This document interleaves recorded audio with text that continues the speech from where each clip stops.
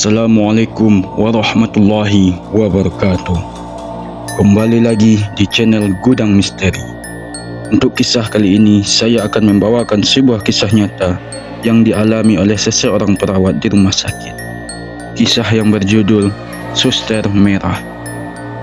Dan sebelum kita lanjut ke ceritanya, tekan dulu tombol like di video ini dan tekan juga tombol subscribe di channel ini dan nyalakan tombol notifikasi agar tidak ketinggalan cerita-cerita lainnya dari channel ini.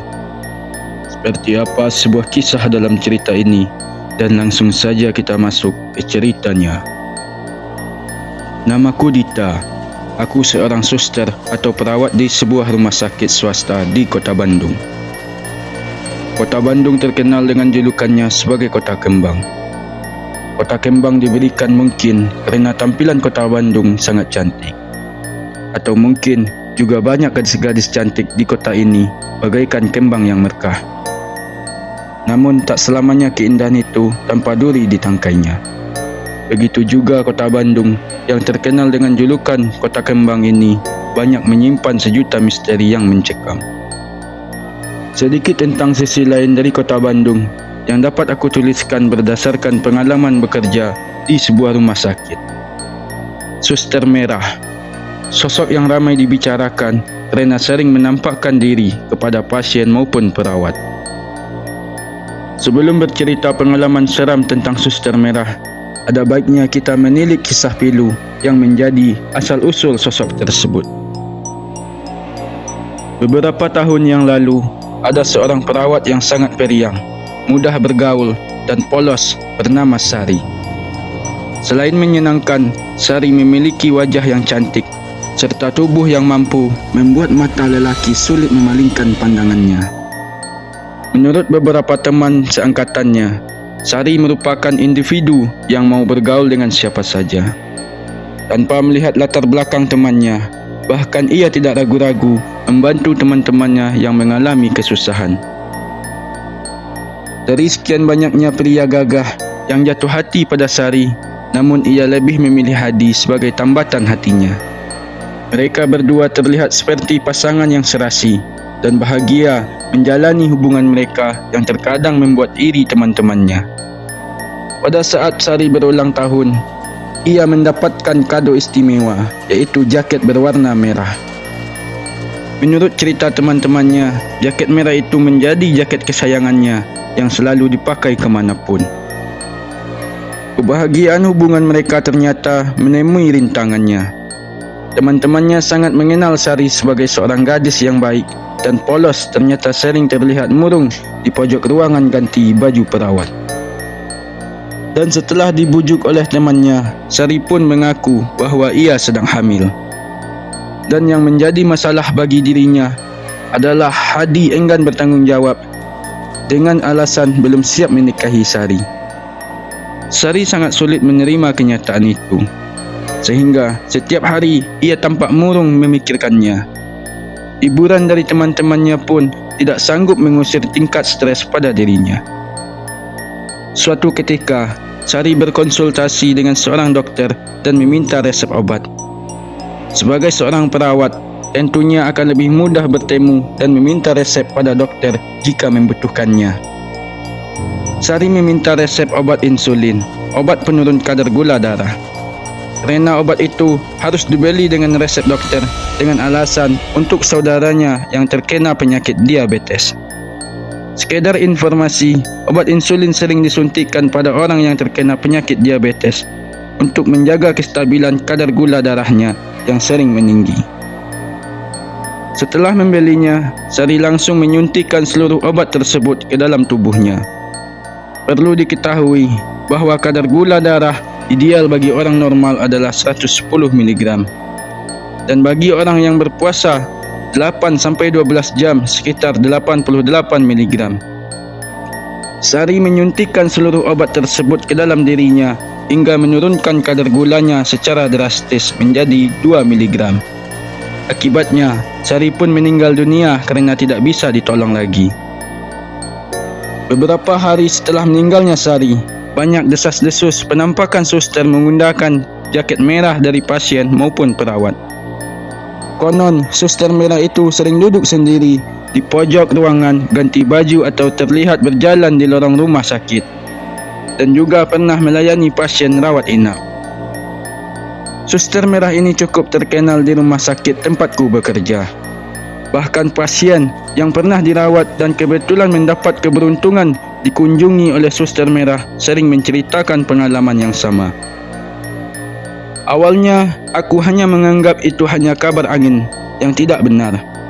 Namun, semua menjadi jelas saat aku sendiri bertemu dengan suster merah tersebut. Tet, tet, tet. Suara bel ruangan. Bergegas aku menghampiri pasien yang membunyikan bel itu. Ada yang bisa dibantu? Tanyaku pada pasien tersebut. Saya mau buang air kecil, sus. Jawab pasien yang terbaring tak berdaya itu. Sebentar ya bu, saya ambil pispotnya dulu. Jawabku sambil mencari pispot. Namun karena tidak ada di ruangan itu, maka aku harus bergegas mengambil pispot cadangan di ruang kerja. Ayo bu, sini saya bantu.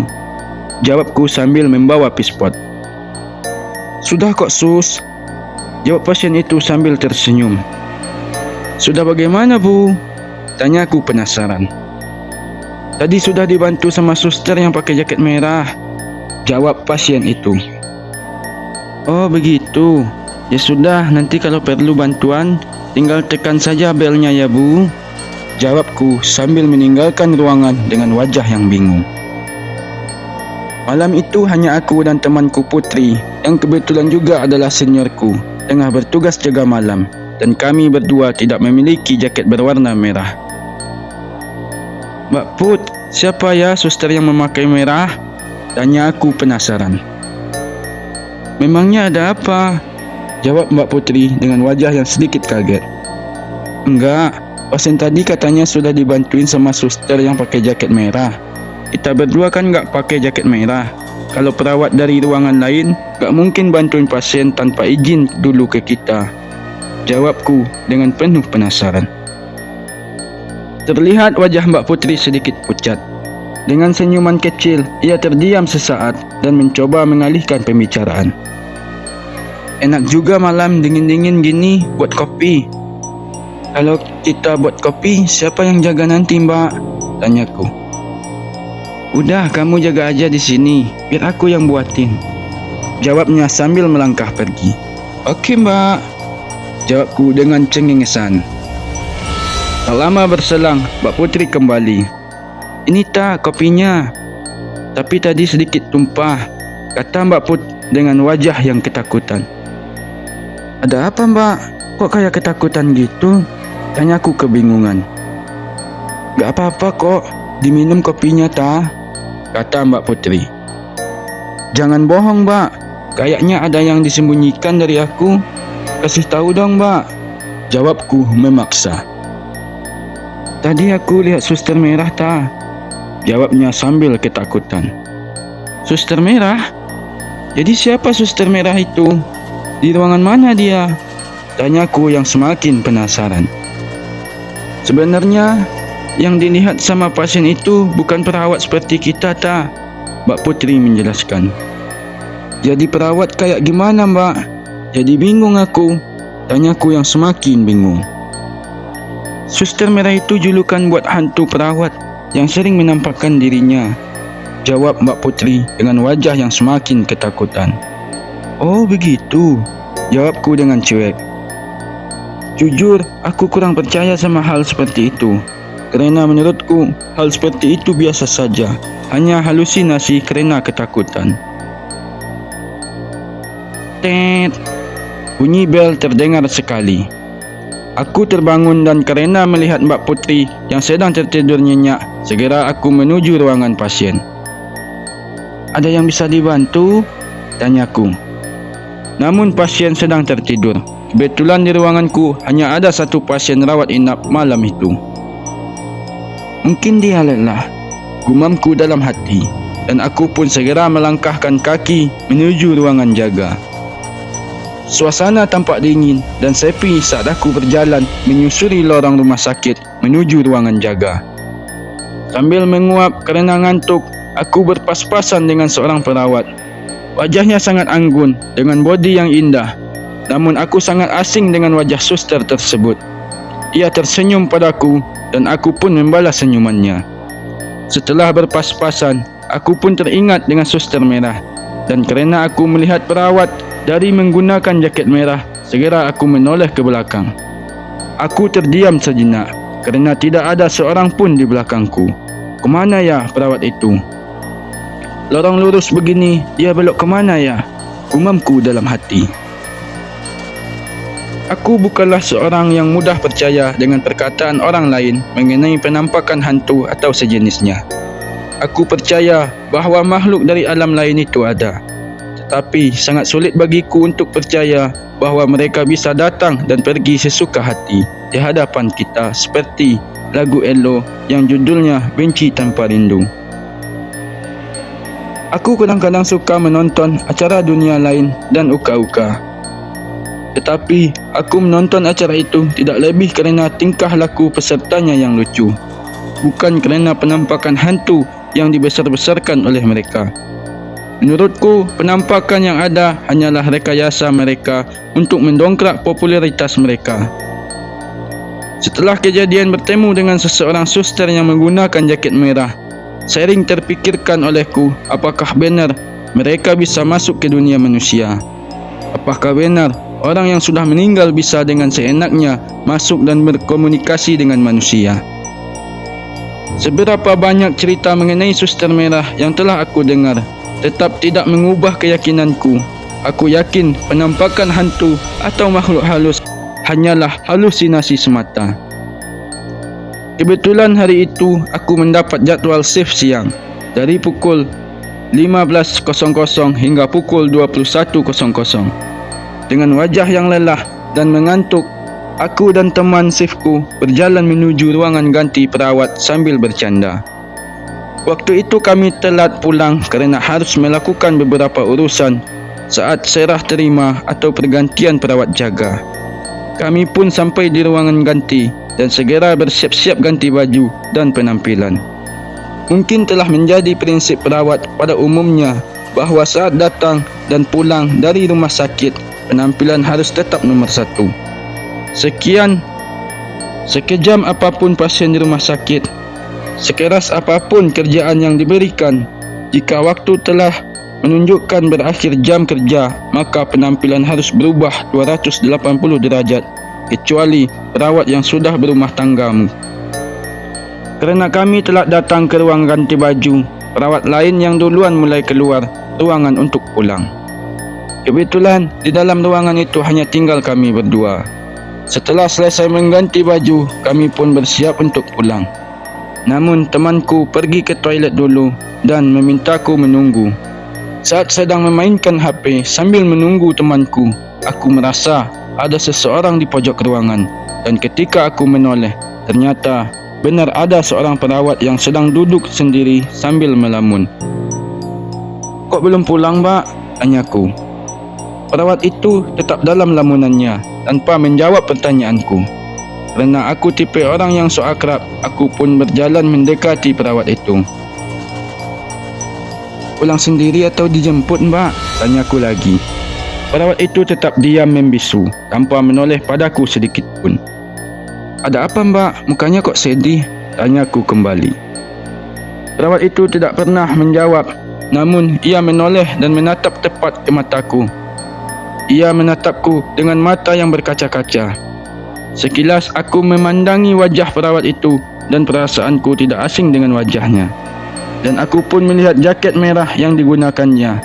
Aku teringat dengan perawat yang berpas-pasan denganku, kemudian hilang di lorong rumah sakit tempoh hari. Belum selesai aku mengingat-ingat, terdengar suara pintu toilet dan temanku memanggil. "Rita, di mana?" panggilnya. "Di sini, Vin," jawabku sambil menoleh ke belakang. "Ngapain di situ? Ayo pulang," ajaknya. "Ini aku lagi ngobrol sama..." Aku menjawab sambil bengong kerana di depanku tidak ada siapa-siapa. "Ngobrol sama siapa?"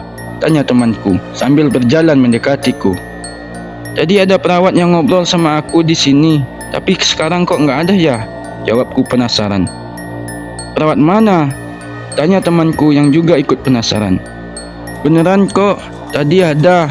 Mukanya sedih gitu, terus pakai jaket merah. Jawabku meyakinkan. Jaket merah? Udah, ayo pulang.